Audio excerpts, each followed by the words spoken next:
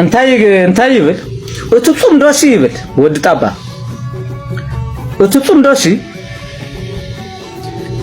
ህዝብ ኤርትራ ምስ ህዝብ ትግራይ ሓው ስለ ዝኾነ ዘይኮነሲ ወይ ከዓ ሰላም ዝደልስ ስለ ዘይኮነስ ኮይኑ ዘይኮነሲ ደንበ ተቃውሞ ንምፍራሽን እቲ ሕዚ ገጢሙና ዘሎ ነገራት ንምስጋርን ኢና ንገብሮ ዘለና ንሕና ከዓ ተረቢሕና ኣለዉ እዩ ዝብል ተሓብዩ ምዝራዊ ብናይ ወዲ ጣባ ባህላ ወዲ ጣባ ካፍቶም መትከል አልቦ ዝበሃሉ ኤርትራውያን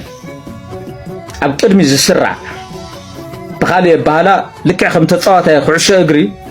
ካብን ናብን ክለብ ዝሽየጥ ወይ ከዓ ኤርትራዊ ኤርሚያስ ለገሰ ማለት እዩ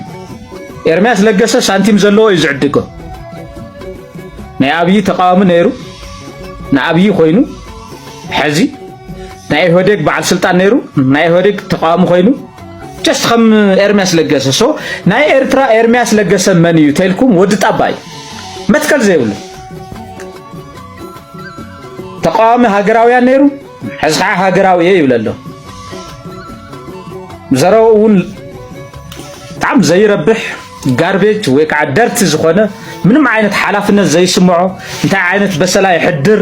ዝብል ኣናላይዝ ዘይገብር ኣብ ዝማዕበሉ ሃገራት ዝነብር ዘይማዕበለ ድሑር ሰብ እዩ ፕሪሚቲቭ ዝኾነ ፐርሶናሊቲ ዘለዎ ፍጥረት እዩ ካፍቶም ዘረዋታት ኩሉ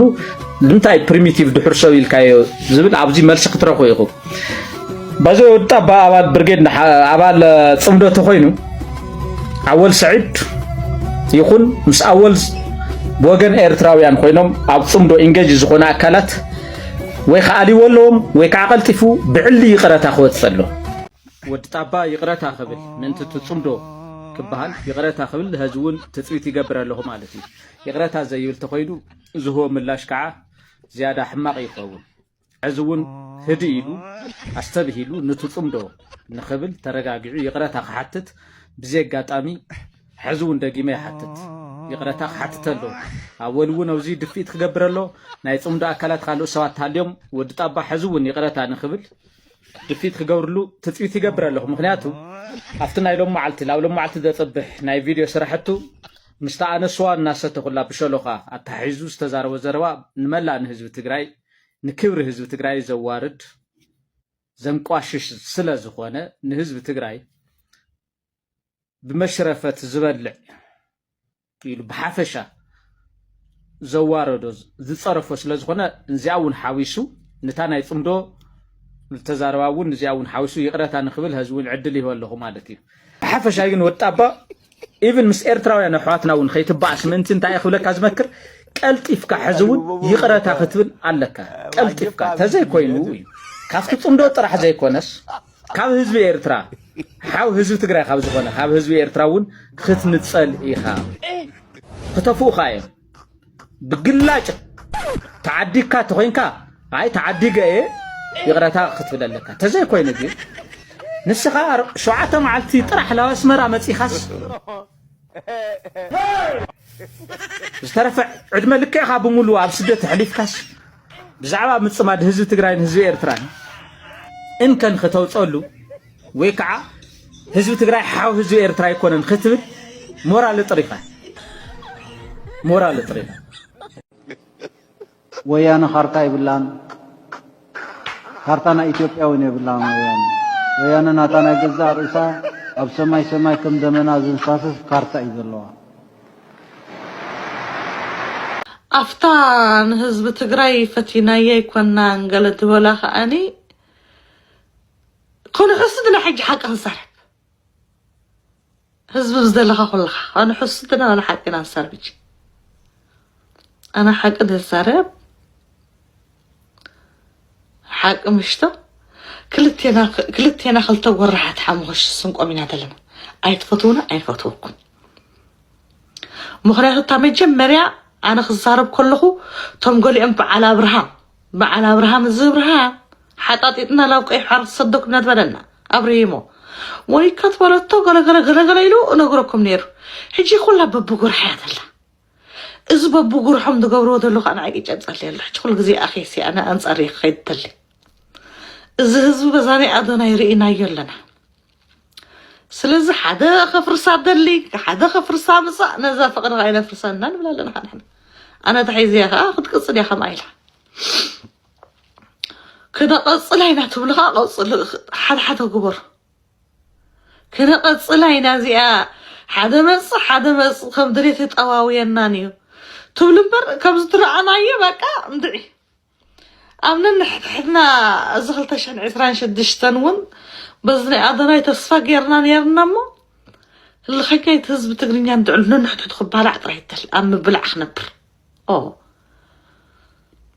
نفتنينا كن حنا نخيت بالعو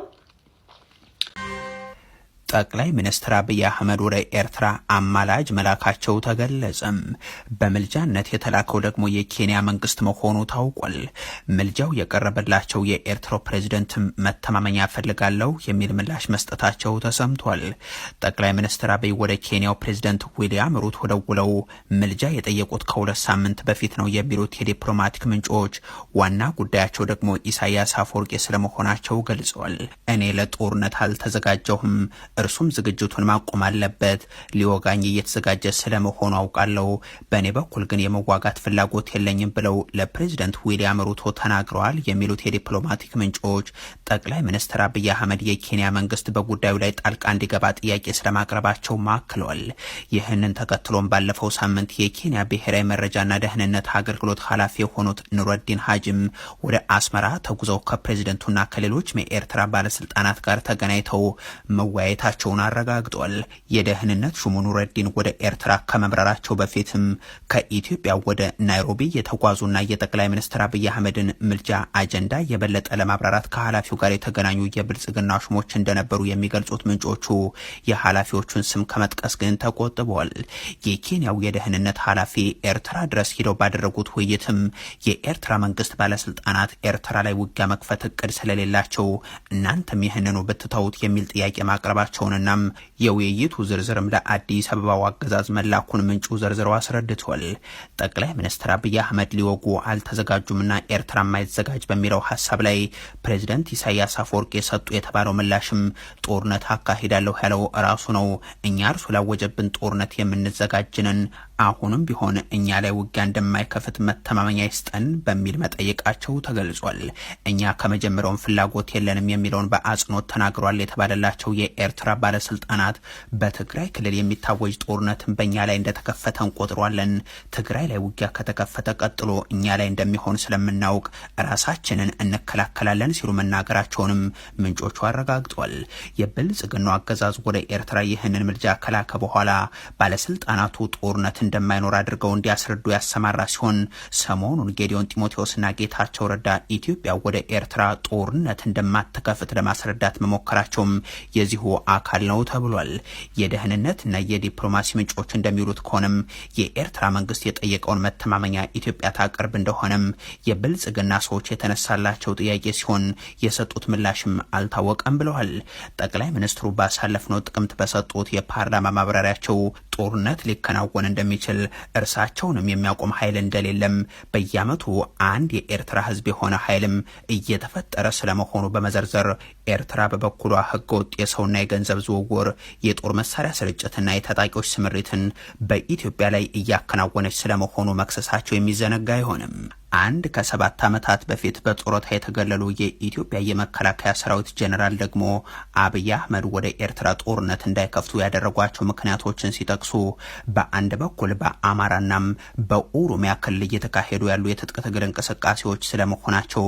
በሌላ በኩል ደግሞም ሌላ ጦርነትን ወደ አሰብ መክፈት አዲስ አበባ ላይ ተቃውሞ ያስነሳል የሚል ፍርሃት ላይ ስለመሆናቸው፣ ከዚህ ባሻገርም የተባበሩት አረብ ኤሚሬቶችን ይሁንታ እስካሁን አለማግኘታቸው በሚል መግለጻቸውን መዘገባችን አይዘነጋም።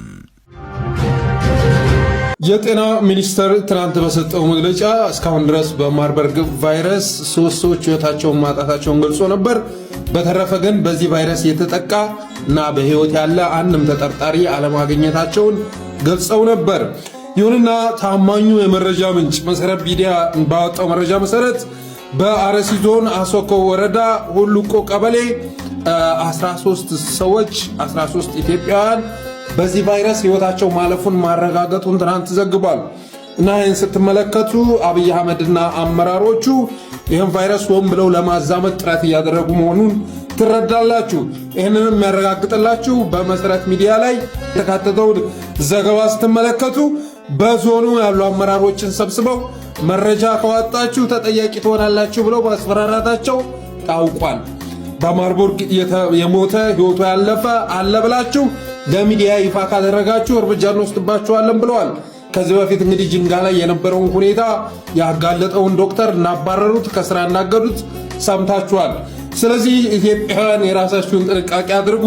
ይህ እኩይ የሆነ ስርዓት ኢትዮጵያውያንን ቁጥር ሊቀንስ ወደ ስልጣን የመጣ ስርዓት ጥይት መግዛት ሰልችቶታል። በዶላር ጥይት እየገዛ ኢትዮጵያውያንን ቢጨፈጭፍም በ7 ዓመት ውስጥ 3 ሚሊዮን ኢትዮጵያውያንን ገሎ አፈር ማልበሱ በቂ መስሎ ስላልታየው በሌላ መንገድ ሊያጠፋን እየሞከረ ነው። ስለዚህ ኢትዮጵያውያን የራሳቸውን ጥንቃቄ አድርጉ። ምክንያቱም እንደዛ ባያስቡ ኑሮ ጤና ሚኒስቴር ላይ የሚሰሩ ዶክተር በሚል ማዕረግ የሚጠሩ ሰዎች እስካሁን ድረስ 3 ሰዎች ሞተዋል፣ ሌላ ግን የተጠቃ የለም የሚል መግለጫ ለመስጠት አይክለፈለፉም ነበረ። በዝምታ ውስጥ በጸጥታ ውስጥ ቫይረሱ እንዲስፋፋ ካልፈለጉ በስተቀር እንደዚህ አይነት መግለጫ ሊሰጡ አይችሉም ነበር። እንደውም ቁጥሩን አጋኖ በማቅረብ ህብረተሰቡ ጥንቃቄ እንዳደርግ ማድረግ ነበረባቸው። የጂንካ ሆስፒታል ሜዲካል ዳይሬክተር ለመገናኛ ብዙሃን መረጃ መስጠታቸውን ተከትሎ ከኃላፊነታቸው ተነስተዋል ሲል ዋዜማ ሬዲዮ ዘግቧል። ባሳለፍነው ሳምንት በጂንካ በተከሰተው ሄሞራጂክ ፊቨር በተባለ በሽታ የተከሰተውን ነገር ወይንም ደግሞ እዛ አካባቢ የተፈጠረውን ነገር ለመጠየቅ ለዶክተር ቢኒያም ማለትም ለሆስፒታሉ ሜዲካል ዳይሬክተር ደውዬ ነበረ። ነገር ግን መረጃው መሰጠት ያለበት ከማዕከል ነው ብለው ነበረ። ነገር ግን ዛሬ የወጣው መረጃ እንደሚያመላክተው ከሆነ ከደቡብ ክልል ጤና ቢሮና ከሆስፒታሉ ምንጮች እንደተሰማው ከሆነ የጂንካ አጠቃላይ ሆስፒታል ሜዲካል ዳይሬክተር ዶክተር ቢኒያም አስራት ለአንድ ዓለም አቀፍ ሚዲያ ሄሞራጂክ ፊቨር እንደሆነ በተገመተ በሽታ ሳቢያ ሐኪሞችን ጨምሮ ሰዎች መሞታቸውን ገልጸው መረጃ በመስጠታቸው ከሆስፒታሉ ስራ አስኪያጅ ሚስጥሩ ሐምደኪ በተጻፈ ደብዳቤ ከህዳር 5 ቀን ጀምሮ ከኃላፊነታቸው መነሳታቸው ተነግሯቸዋል።